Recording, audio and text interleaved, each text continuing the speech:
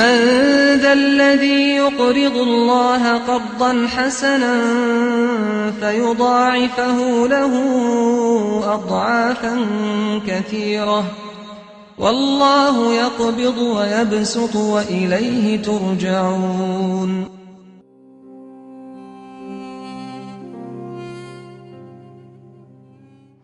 تەنها بەناوی خوای بەخشندەی میهرەبان بەرنامەی بەخشین بەردەوامە لە گەیاندنی هاوکاری و کۆمەچەکانی ئێوەی خێرخواز و بەخشندە لە مانگی پڕخێر و بەرەکەتی ڕەمەزاندا. بەخشین ئەمڕۆ لە قەزای سۆران 100 خانەوادەی هەژار و قوتابی بەشە ناوخۆکان بەسەر دەکاتەوە بە دابەشکردنی بەشە خۆراک بەسەریاندا. ئەو هاوکاری و کۆمەچانی ئێمە دابەشیەکەین ئەوانە هەمووی هاوکاری و کۆمەچەکانی ئێوەی بەخشندەیە لە سەرجەم شار و شارژگەکانی هەرێمی کوردستانەوە ئاراستەی نووسنگەکانی بەرنامەی بەخشینی دەکەن. لیژنەی بەرنامەی بەخشینیش سات لە دوای سات دڵی هەژاران و نەداران خۆش دەکات بە دابەشکردنی خۆراک بەسەریاندا لەم مانگە پڕخێر و بەرەکەتەی ڕەمەزاندا. ئومێد دەکەین بتوانین بە هاوکارەکانی ئێوە دڵی خانەوادەیەکی زۆر لە دەڤەری سۆران خۆش بکەین. چەند ساتێک لەگەڵمانن.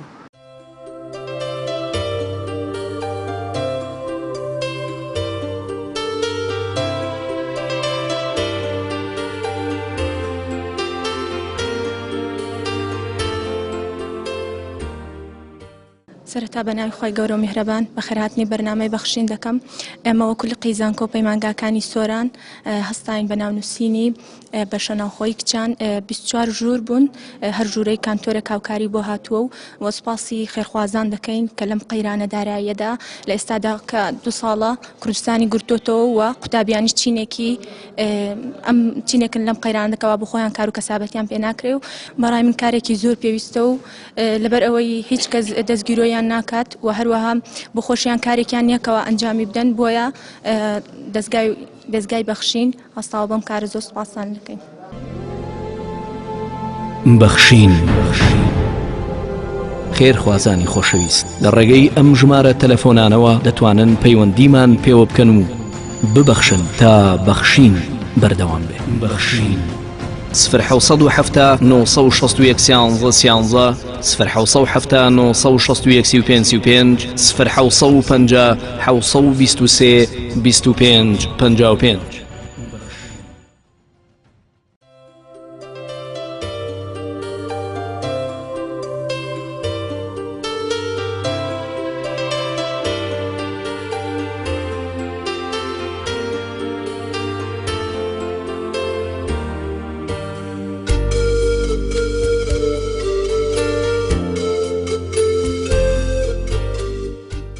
بەناوی خوای گەورە و میهرەبان ئێمە وەکو لقی پەیمانگا و زانکۆکان لە قەزای سۆران هەستاین بە دابەشکردنی هەندێک یارمەتی بۆ قوتابیان بە یارمەتی بەرنامەی بەخشین. لە ئێستادا کە قوتابیان زۆر پێویستیان پێ وەڵا لە کاتێکی زۆر باش بدەستیان خۆش بێت چونکە قوتابیان لە ئێستادا زۆر پێویستیان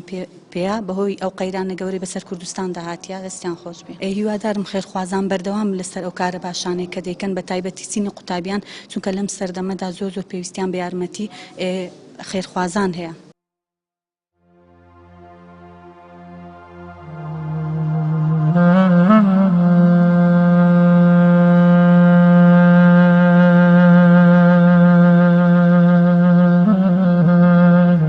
خدای میهرەبان پشتێکی زۆری بە تۆ بەخشیوە. تۆ چ شتێک پێشکەش بە خودا ئەکەی؟ هەموو ڕۆژ شتێک پێشکەش بە ئەو بکە ئەگەرچی بچووکیش بێ. ئێستا ئەوەی کە لە نێو گیرفانەکاندایە ئەوەی لە نێو مشتایە پێشکەش بێ باوک و هەژار و بێدەرەتانەکان بکە. بزانە کە ئەمەش جۆرێکە لە هاوڕێتی کردنی پێغەمبەر درود و سەلامی خوای لەسەر.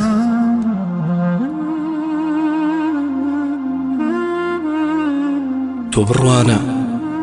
نیگای حەسرەتاوی ئەم مناڵە هەژارانە، نیگای پڕ لە بەراعەتی ئەم چاوەقەتی سماوانە بە فرمێسک چۆن بۆ ئاسۆکانە ڕوانن، چۆن نیگای پڕ لە ماتەمی ئەندێشەیان بە هاوکاری و دەستگیرۆیی ئێوە سپاردووە. ئێوەیەک کە دڵتان هێندەی زەوی و ئاسمانەکان فراوانە و بە فرمێسکی ئەم چاوەقەتی سماوانە دڵی ئێوەش ئەنجنە بێ.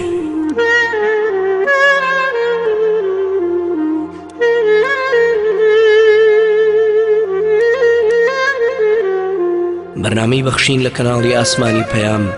وەک چۆن هەمیشە ئەنوای بێنەوایان و مەوای ماندوانی ژیان بووە، سندوقێکی تایبەت بە مناڵانی بێباو بۆ سەرپەرشتیکردنیان دادەمەزرێنێ. ئێوەی خۆشەویست و دڵاوە بە هاوکاریەکانتان ئەم پرۆژە پیرۆزە بگەێنە مەنزڵ و ببەخشن ئەگەرچی زۆر کەمیش بێ، چونکە بە دڵنیاییەوە لە نەبەخشین گەلێک باشترە. ببەخشن تا بەخشین بەردەوام بێ.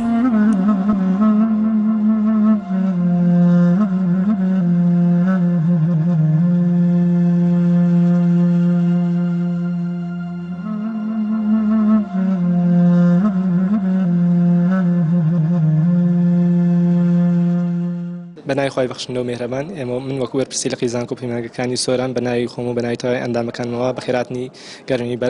ئەو بەڕێزان دەکەم کە بەڕێوەبەری بەرنامەی بەخشینی زۆر بەخێراتنیان دەکەم کە لەم ڕۆژاندا لە نزیکبوونەی مانگی ڕەمەزاندا بەهۆی چۆنمان بوو مانگی ڕەمەزان کە مانگێکی ڕەحمەت و بەرەکەتە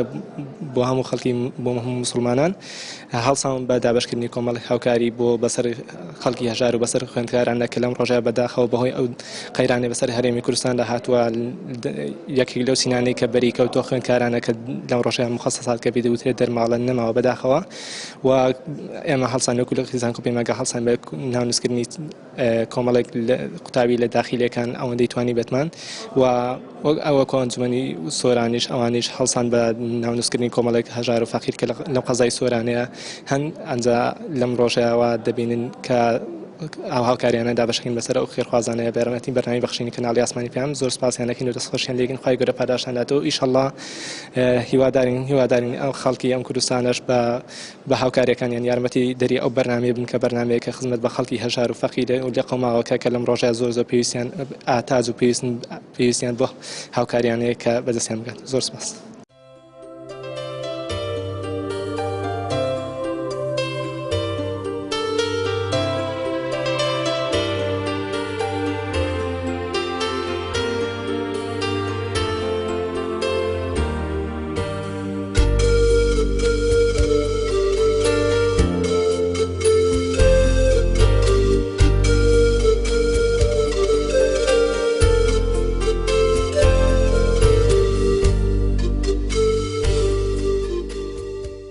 بسم الله الرحمن الرحيم، الحمد لله والصلاة والسلام على رسول الله وعلى آله وصحبه ومن والاه.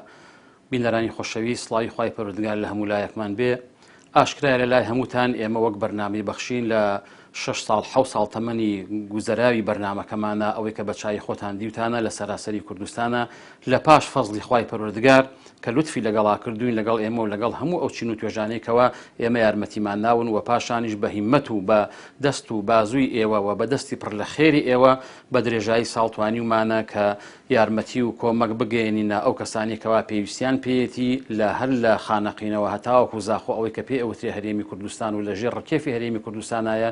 ئێمە هاژاران و نەداران و نەخۆش و پەککەوتە و قوتابی و کارمەند و هەموو ئەو چین و توێژانەیەکەوە پێویستیان بە یارمەتی بوو بێت، چاویان لە بەرنامەکە ئێمە بۆ ئێمەش بەو پەڕی سنگفراوانیەوە یارمەتی هەموو چین و توێژێکمان ناوە بە درێژایی ساڵ و بە تایبەتیش لە مانگەکانی ڕەمەزاندا. ئێمە ئەم ساڵ پشت بەخوای پەروەردگار ئینشاءالله ئەو بەرنامانی کە لە نەزەرمانە هەیە و گەڵاڵەمان کردووە و گەڵاڵە ڕێژیمان بۆ کردووە بەتەمای ئینشاءالله پیادەی بکەین لە مانگی ڕەمەزانی پیرۆزدا لە پاش فەزلی خوای پەروەردگار و پاشان هیممەت و دەستگیرۆی ئێوەی بەڕێز بریتیە لەوەی کە 4 بەرنامەی تایبەتیمانە بێت لە مانگی ڕەمەزاندا، واتە لە 4 هەفتەکەی مانگی ڕەمەزاندا بۆ دروستکردنی 4 خانوو بۆ 4 خانەوادەکەوە مستحقی شەرعین و شایانی ئەوەن کەوا خانوویان بۆ بکرێت. ئەوە لە بارەی خانووکردنەوە ئینشاءالله بەتەمەن 4 خانوو بکەینەوە، و پاشان پرۆژەی دابەشکردنی خۆراکمان هەیە کە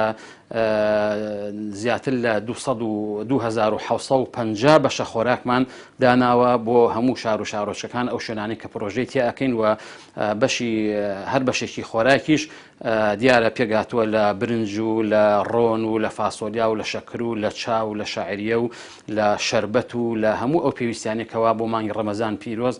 پێویستە لە پێش ڕەمەزاندا یا لە سەرەتای مای ڕەمەزاندا دابەشی بکەین بۆی خەڵک ئینشاءالله سوودی لێ بینێ زیاتر لە 2750 بەشە خۆراکمان هەیە و پاشانی یارمەتی مادیمان هەیە بۆ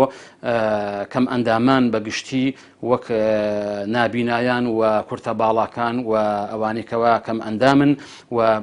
هاوکاری مادیمان بۆ منداڵانی بێباوک هەیە و هاوکاری مادیمان بۆ هەژارەکان هەیە ئەوانێکەوە هەژارن و بە مەبلەغێک پارەی یارمەتیان ئەدەین ئەوە لەگەڵ ئەمانەشدا حەزەکەم ئاماژەوە بۆ بکەم ئێمە هەمیشە و بەردەوام بە درێژایی ساڵۆک بەرنامەی بەخشین یارمەتی کۆمەڵی خەڵکی زۆر ئەدەین کەوا لە تەلەڤیزۆن پیشانی ناین و باسی ناکەین لەبەر هەندێک ئیعتیبارات بە تایبەتی تەلەبەی قوتابیانی زانکۆ خوێندکارانی زانکۆ بە تایبەت ئێستا پێشمەرگە و مامۆستا و کارمەند و ئەو کەسانێکەوە مەعاشخۆرن کە ئێستا وەزعێکی نالەبار و ناجۆر هاتۆ بەسەر کوردستانە ئێمە ئەوانەمان هەر باز نەکرۆ باسشی ناکەین بۆی بینەرانی خۆشەویست خێرەوەمەندان ئاگادار کە ئێمە یارمەتی ئەوانشمان هەیە بەڵام لەبەرەوەی ئەعتیباراتانە ناتوانین پیشانیان بین بەڵام یارمەتیان ئەدین و پاشان کورسی شەحنمان هەیە بۆ کەم ئەندامان بە ئەندازی ئەوەی کە هەموو ساڵێک لە گەڵاڵە ڕێژی و بەرنامە ڕێژەکەی خۆمانە ژمارەیەک و عەدەدێکی باش دەستنیشانەکەین کەوا بیکڕین و بیان هێنین لە وڵاتانی دەرەوە بۆ هەرێمی کوردستان و بیانین بۆ کەسانێکەوە محتاجن و پێویستیان پێ و کەم ئەندامن و خاڵێکی تریش کە زۆر گرنگە من ئەمێ ئاماژەی پێ بکەم بە ڕێزەکانم ئێمە لە بەرنامەی بەخشین سنووقێکی تایبەتیمان هەیە جا لە سنووقی بەرنامەی بەخشین تەنها بۆ مناڵانی بێباوک بە درێژایی ساڵ و لەگەڵ ڕەمەزاندا ئەو سندوقە چەندێ پارەی تێچووە ئێمە لە دوای ڕەمەزان پارەکە کۆ ئەەکەینەوە جەمعەکەینەوە بە هەموو نووسینگە و شار و شارۆچەکان کە بۆمان هاتووە پاشان تەقسیمی دوانزەمانەکەی ئەەکەین و چەندێک دەرچوو معنای وایە ئێمە ئەوەندە منداڵ کەفالەت ئەەکەین بۆ ساڵێک بۆیە ئینشاءڵڵا بە ئومێدی ئەوەین پاش فەزلی خوای پەروەردگار چاوەڕێی دەست و هیممەت و شەهامەت و کەرامەتی ئەو میلەتە بەڕێزەین کە چۆن چەناها ساڵانی پێشتریش لە درێژایی ئەو 6 ساڵی بەرنامەی بەخشینە ئێمە هەموو جارێ ئەوەمان وتووە زیاتر و زۆرتر تەسەوورمان هەیە تەوەقوعمان هەیە لە میلەتی خێرۆمەندی خۆمان لە میلەتی خاوەن شەهامەت و غیرەتی خۆمان بتوانین بە هەموو لایەکمان ئینشاءڵڵا ئەم بەرنامانە پەرە پێ بدەین و بتوانین زیاتر ئینشاءڵڵا لە مانگی ڕەمەزانە نێڵین کەس کەم و کەسری پێوە دیار بێ و نەقسانی پێوە دیار بێ ئەویش وەکو ئێمە تێر بێ ئەویش وەکو ئێمە پێویستی پێ نەبێ مناڵی ئەویش بێناز نەبێ هەموو ماڵەکان و هەموو کەسەکان ئەوانەیە کە پێویستیان پێ هەیە ئینشاءڵڵا بتوانین یارمەتی هەموو چین و توێژەکان بین ئینشاءڵڵا پشت بە خوای پەروەردگار بەخشین خەڵکانێک هەن بە خەمی خەڵکی هەژار و نەدار و نەخۆشن ئەو کەسە هەژار و نەدارانە بەسەرکەنەوە لە دەرگای ماڵەکانیان بدەن خۆشی بینە ماڵیان بزە و خەندە بینە سەرێوەکانیان فرمێشی چاویان بستڕنەوە پێغەمبەری خوا دەفەرمێت دا و مەڕڵاکم بسەدەقە نەخۆشیەکانتان تەداوی بکەن بە بەخشین پێغەمبەر صلی الله علیه و سلم هەرێکێک کە لێ بقە و مابایە دەستی برایەکی دەکرد دەیگوت فەرمووی وەرە یارمەتی بدە پێغەمبەری خوا صلی الله علیه و سلم بۆمان پێدەفەرمێ ئەو کەسی ماڵی خەڵکی ئاوادان دەکاتەوە دڵی فەقیر و هەژارەکان خۆش دەکات رب العالمین لە قیامەتدا دڵی خۆش دەکات کەواتە ئێوەش ببەخشن بزانم پێغەمبەر صلی الله علیه و سلم دەفەرمێ اتقوا النار ولو بشق تمرة خۆتانی پێ لە ئاگر پارێزن ئەگەر قەسبێکتە و بیکە دوو کرد کەرتێکی ببەخشەوە بدە فەقیرێک و هەژارێک کەرتەکەی تر بۆ خۆت و ماڵ و مدارت هەتا خواگر لە ئاگر بتپارێزی کەواتە بەخشینی یەک لێتە قەسب ئەتوو لە ئاگر دەپارێزی دەوڵەمەندان قەت مەترسین پارەتان کەم بیتەوە فەرمی خواگر ئەنفیق منفیق عەلەیک تۆ ببەخشە ئەمنیش پێت دەبەخشمەوە ماڵە هەژارەکان ئاوادان بکەنەوە فرمێسکەکانیان ئی منداڵە بێ باوکەکان ئی منداڵە بێ سوکنەکان ئی دایکە دەرجەرگ سوتاوەکان